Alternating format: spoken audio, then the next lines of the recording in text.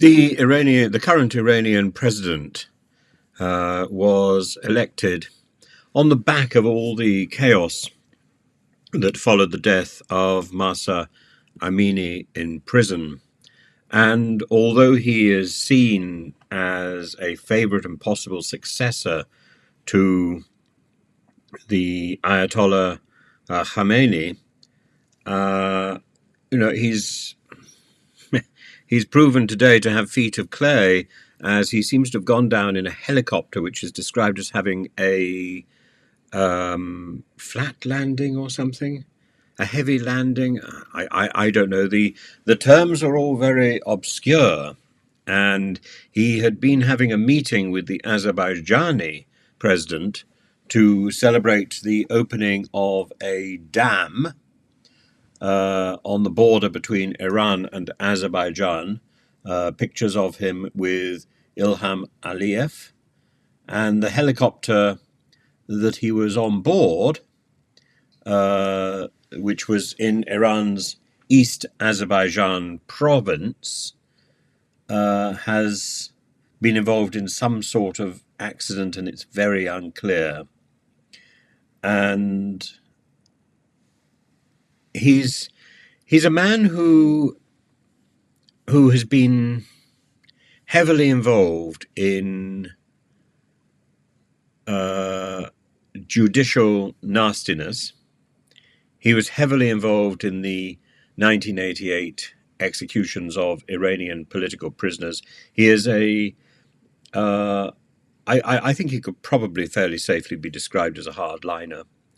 And when you look at the images of Iranian politicians outside Iran, you get the impression that Iran is held under an iron grip by the Ayatollahs. But when you speak to Persians who are outside the country, particularly, I can remember meeting wonderful Persian friends in Istanbul. They're still friends today, and people here in the UK who came to stay here for quite a while, but then got homesick, and went back to Tehran. But you don't get any sense that these people are the sort of religious nutters that are sort of typified by this man, Ibrahim Raisi. As I say, he seems to have gone down in a helicopter. It's not clear whether he has survived. It's very difficult to know. The conditions are bad, so the incident in the area is difficult to access. He was in a convoy, and his helicopter seems to have been involved in some sort of accident. But his opinions are fairly brutal, and